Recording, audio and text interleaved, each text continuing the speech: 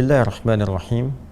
Assalamualaikum warahmatullahi wabarakatuh.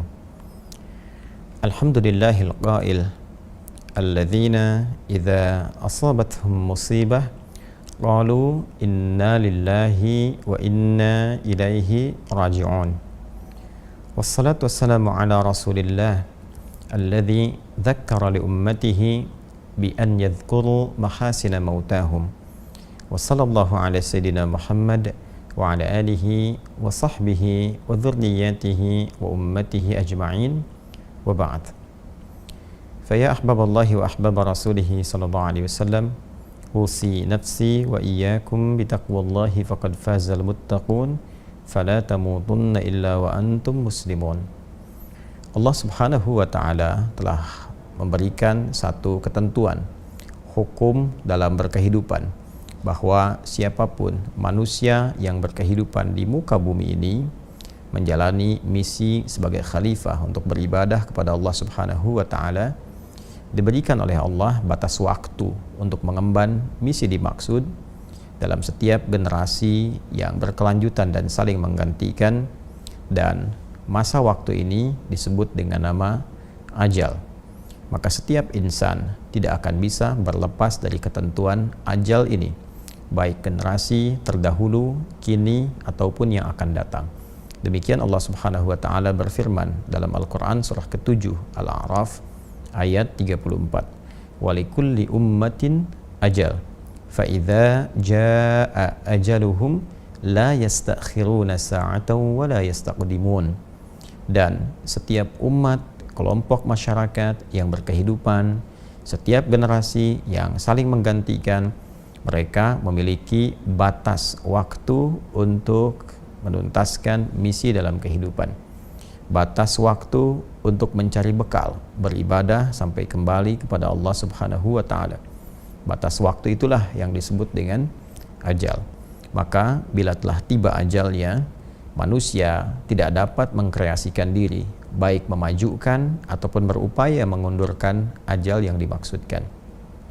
Hadirin sekalian, dalam mengisi ajal ini, maka manusia dibimbing oleh Allah Subhanahu wa taala untuk memenuhi waktu ini dengan beraktivitas, yang tentunya aktivitas ini didesain oleh Allah Subhanahu wa taala dalam dua kerangka utama.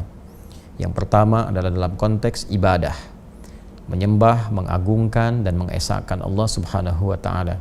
Demikian dalam Al-Quran surah ke-51 Adz-Dzariyat di ayat ke-56. Wa ma khalaqtul jinna wal insa illa liya'budun. Dan tidaklah kuciptakan jin dan manusia itu kecuali untuk mengkreasikan seluruh aktivitas hidupnya dalam rangka ibadah kepada Allah Subhanahu wa taala.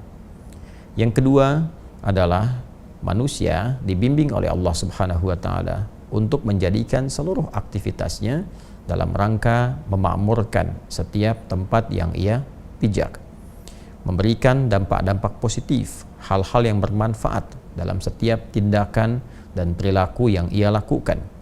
Karena itulah hal yang bermanfaat, hal positif, hal yang kiranya mampu menyukseskan, memakmurkan, dalam bahasa Arab disebut dengan umur. Dan umur ini pula yang seringkali diterjemahkan dalam bahasa Indonesia dengan nama usia. Cara mengisi ajal, cara memenuhi usia kita sampai tiba batas waktu adalah dengan cara mengisinya dengan berbagai yang bermanfaat, bertutur yang bermanfaat, memandang yang bermanfaat, mendengar yang bermanfaat, bahkan berbisnis, bekerja, beraktivitas yang kiranya semua bermanfaat, dapat memakmurkan kehidupan, menyukseskan yang dibenarkan, dan sekaligus membantu setiap tempat yang kita pijak memiliki dampak-dampak positif dari kegiatan yang kita lakukan, baik skalanya di keluarga ataupun di lingkungan sosial atau dalam kehidupan berbangsa dan bernegara. Manusia yang mengemban tugas itu, yang kedua ini, misinya disebut dengan khalifah. Quran surah kedua Al-Baqarah ayat ke-30. Wa idh qala rabbuka lil malaikati inni ja'ilu fil ardi khalifah. Dan ketika Muhammad SAW, Rabbu, berfirman kepada para malaikat dan menyampaikan kepada mereka bahwa Allah Subhanahu wa taala akan menugaskan manusia untuk menjadi khalifah di bumi, makhluk yang saling menggantikan antar generasi, yang diberikan tugas memakmurkan bumi, menyukseskan aktivitas sekaligus menghadirkan kegiatan yang banyak bermanfaat. Semua kegiatan ini ketika dilekatkan dengan nama manusia disebut dengan insan namanya. Insan, karena itulah kemudian Allah Subhanahu wa taala memberikan pesan. Manusia yang berkehidupan, beraktivitas disebut dengan insan, namun tidak mengisi waktu yang diberikan sampai ajal tiba dengan perbuatan-perbuatan baik yang bermanfaat, yang memakmurkan, itu disebut oleh Allah sebagai manusia yang rugi. Maka turunlah surah ke-103 untuk mengingatkan, wal 'asr innal insana lafi khusr illa alladhina amanu wa 'amilus shalihat wa tawasaw bil haqqi wa tawasaw bis sabr. Demi waktu, aku bersumpah, demi kesempatan, waktu, momentum yang aku berikan pada setiap hamba untuk beraktivitas. Sungguh, setiap manusia yang beraktivitas memanfaatkan waktu itu berpotensi ada yang rugi. Kecuali di antara mereka yang bebas dari kerugian itu adalah yang beriman kepada Allah, yakin bahwa dunia sementara. Dunia itu tempat bertugas. Dan dunia itu pasti akan ditinggalkan. Sepanjang bernama manusia, pasti meninggalkan dunia. Sepanjang bernama manusia, pasti akan kembali kepada Allah untuk mempertanggungjawabkan berbagai misi yang telah diemban. Orang-orang yang yakin dengan itu semua, lalu mengkreasikan sisa waktunya untuk beramal soleh. Dan dengan itu saling mengingatkan, saling share, watawasaw bil haq, dan bersabar menjalaninya, maka itulah orang yang terlepas dari kerugian. Hadirin sekalian, rangkaian ayat-ayat tadi mengingatkan pesan kepada kita bahwa setiap kita ini di dunia ini hanya membawa tugas, membawa misi besar. Imma itu untuk ibadah, mengesahkan, mengagungkan, berubudiyah kepada Allah Subhanahu wa taala. Karena itu kita salat, karena itu kita puasa, karena itu baca Al-Qur'an untuk mengimplementasikan keyakinan kita bahwa kita ini adalah seorang hamba yang punya tugas selama di dunia, mengesahkan, mengagungkan Allah Subhanahu wa taala. Saat yang bersamaan kita juga beraktivitas. Ada yang bekerja, ada yang berbisnis, ada yang di dunia diplomasi, di birokrasi, ada yang mengajar dalam rangka menjadi khalifah di bumi, membawa segala hal yang bermanfaat, mengajar yang bermanfaat, bisnis yang benar, menghindari manipulasi, jauhi kecurangan. Segalanya kita coba tunjukkan dalam rangka menjalankan misi yang telah Allah amanahkan kepada kita semua.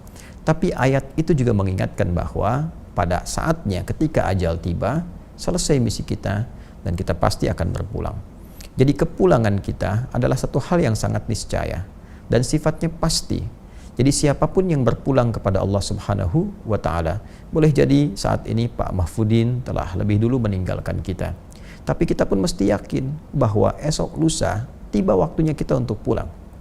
Tinggal pertanyaannya, bagaimana kemudian kita melihat diri, melihat cermin, melihat sekitaran kita, dari siapa yang pulang itu, dan dari situ kita belajar untuk bisa meningkatkan kebaikan yang mungkin kita bisa lakukan dan mengoreksi kekurangan-kekurangan, kesalahan-kesalahan yang mungkin telah dilakukan, sehingga ketika pulang bekalnya bisa optimal. Semua amal dinilai baik oleh Allah Subhanahu wa taala. Ini yang dimaksudkan Quran surah ke-67 di ayat yang kedua itu. Huwallazi khalaqal mauta wal hayata liyabluwakum ayyukum ahsanu amala wa huwal azizul ghafur. Dialah Allah Subhanahu wa taala yang telah menetapkan kematian itu dan juga kehidupan sesungguhnya untuk menguji yang masih hidup agar mereka belajar dari proses kematian itu. Siapa yang wafat? Sekarang ada sosok yang meninggalkan kita. Coba lihat mereka. Boleh jadi yang lebih dulu meninggalkan kita itu amalannya begitu luar biasa. Terkadang dia beramal dalam kesunyian, tidak banyak berisiknya, tidak banyak viralnya. Dia mungkin tidak begitu populer di dunia, tapi penduduk langit begitu mengenalnya. Terkadang ada yang terlihat memotivasi, terlihat viral kisahnya, banyak diketahui, tapi semua sepakat bahwa mereka orang baik.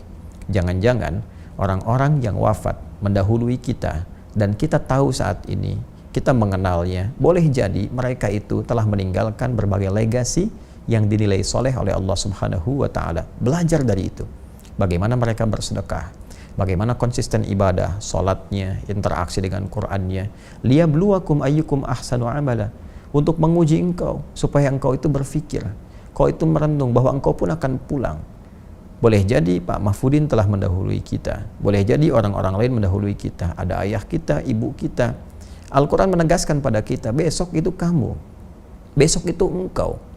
Lantas engkau harus mengoreksi diri, introspeksi. Kalau kamu pulang, bekal apa yang dibawa? Karena itu, selalu belajarlah dari orang-orang yang telah kembali kepada Allah dan mendahului kita. Ambil manfaat dari mereka. Pelajari kemuliaannya, kebaikan-kebaikannya. Liyabluwakum ayyukum ahsanu amala. Setelah itu kita buktikan kepada Allah untuk berubah. Tingkatkan amalan kita, tingkatkan ketakwaan kita. Minimal kita meneladani legasi kebaikan yang ditinggalkan oleh hamba-hamba Allah yang meninggalkan kita itu. Lebih dulu dibandingkan dengan kita. Pun demikian belajar dari kehidupan. Banyak orang saleh yang masih berkehidupan. Banyak orang baik yang masih berkehidupan. Atau belajar setidaknya dari orang-orang yang baru dilahirkan. Ya, walladzi khalaqal mauta wal haya, dan kehidupan. Ada orang yang baru dilahirkan, masih bersih, masih bening, banyak disayang-sayang, tidak banyak berbuat salah. Saat salah pun begitu cepat dimaafkan karena memang belum baligh, nalarnya belum sempurna. Ya, Allah memberikan pesan kepada kita, kamu itu lahirnya bersih, lahirnya baik, lahirnya penuh dengan kelembutan, kasih sayang, menyenangkan. Kenapa setelah dewasa, akal kamu matang kok menjadi keras, menjadi kasar, menjadi jauh dari kebaikan dan sebagainya? Introspeksi diri. Maka kehidupan, kematian mengajarkan kita pada hakikatnya untuk memperbaiki diri dan meningkatkan kualitas dalam berkehidupan. Ini yang pertama. Yang kedua, ini pesan penting dari Nabi SAW. Setiap insan yang sudah pasti akan meninggal, Nabi berpesan, siapkanlah bekal terbaik. Setidaknya sekalipun wafat, peluang-peluang transfer kebaikan itu masih tetap mengalir di alam barzakhnya. Masih tetap mengalir, dalam bahasa Arab disebut dengan jariyah. Kebaikan-kebaikan yang mengkreasikan pahala itu disebut dengan sedekah. Maka muncullah kemudian dalam banyak ayat di Al-Quran ataupun hadis-hadis Nabi SAW, sedekah-sedekah yang berfungsi untuk jariyah. Di antaranya Nabi pernah menggarisbawahi pada 3 amalan utama yang bisa mengkreasikan sedekah jariyah. Di hadis Muslim, di antaranya diingatkan kepada kita saat Nabi SAW menyampaikan, bima ma'na atau kama qala Rasulullah SAW. Ada 3 golongan yang saat anak Adam itu, manusia itu meninggal dunia. Kalau kita ambil redaksi hadisnya, idza matal insanu. Jika seorang manusia yang biasa beraktivitas itu kemudian meninggal dunia dan tak mampu beraktivitas lagi. Karena itu inqata'a sa'iru amali, terputus semua peluang amalnya. Karena terputus semua peluang kreasi dan amalnya, maka terputus pula peluang pahalanya. Nggak mampu sholat lagi, pahala sholat terputus. Nggak mampu baca Al-Quran lagi, pahala baca Al-Quran terputus. Karena itu mumpung masih hidup, perbanyak sholat sesuai ketentuan.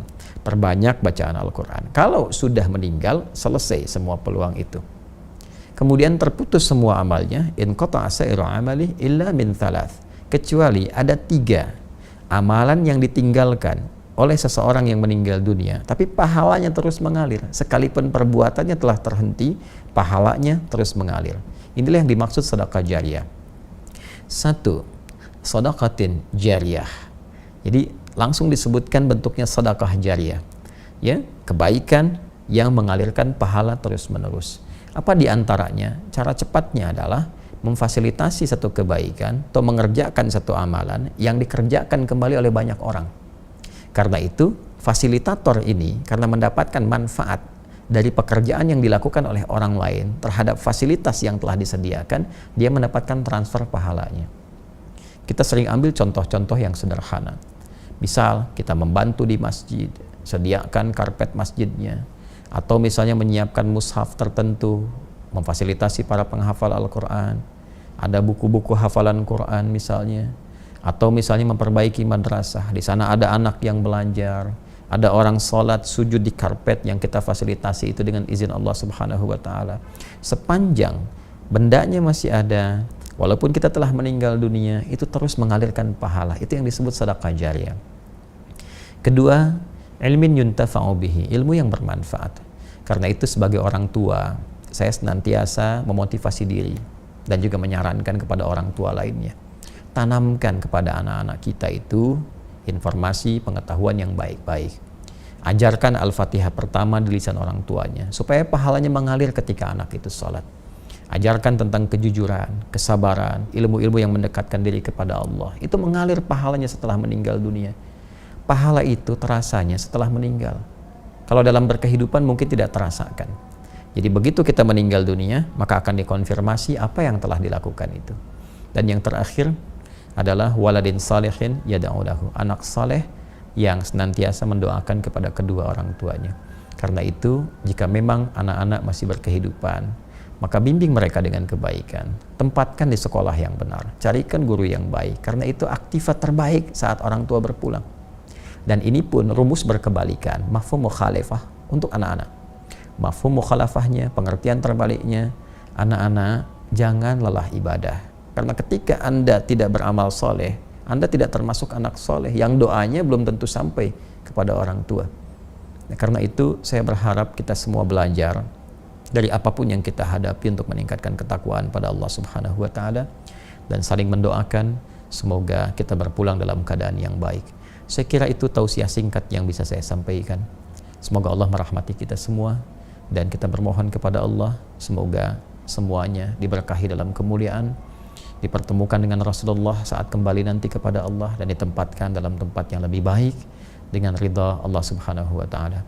Allahumma taqabbal minna innaka antas sami'ul alim wa tub 'alaina innaka antat tawwabur rahim. Wa sallallahu ala sayyidina Muhammad wa ala alihi wa sahbihi ajma'in. Wa akhiru da'wana subhanakallahumma wa bihamdika asyhadu an la ilaha illa anta nastaghfiruka wa natubu ilaik. Walhamdulillahi rabbil alamin. Assalamualaikum warahmatullahi wabarakatuh.